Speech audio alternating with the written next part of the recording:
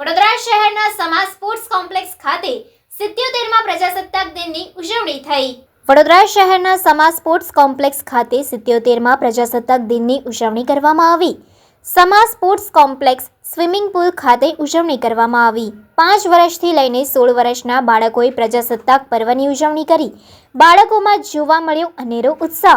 રાષ્ટ્રધ્વજ સાથે સ્વિમિંગ પુલમાં વિવિધ કરતાઓ બતાવી ઉજવણી કરવામાં આવી છે। બાળકોએ 77મા પ્રજાસત્તાક દિનની દેશવાસીઓને શુભકામનાઓ આપી છે।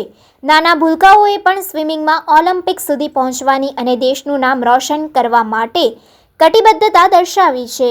આજે પ્રજાસત્તાક દિવસ છે અને અમે સ્વિમર્સે પાણીની અંદર રાષ્ટ્રધ્વજ સાથે કરતબો દેખાડીને એની ઉજવણી કરી છે અને તમને લોકોને હાર્દિક શુભેચ્છા રિપબ્લિક ડેની અને 26 જાન્યુઆરીના હર વખતે મનાવવામાં આવે છે આ દિવસ।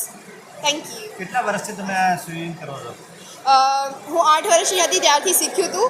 અત્યારે હું 16 યર્સની છું। શું કહેશો, કઈ રીતના કરતબો બતાવવામાં આવ્યા પાણીમાં?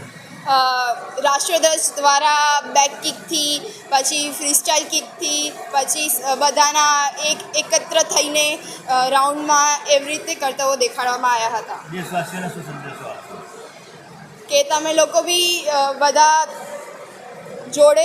જોડે રહીને તમે દેશને આગળ વધારો અને આ દિવસને વધારે મહત્ત્વપૂર્ણ બનાવો।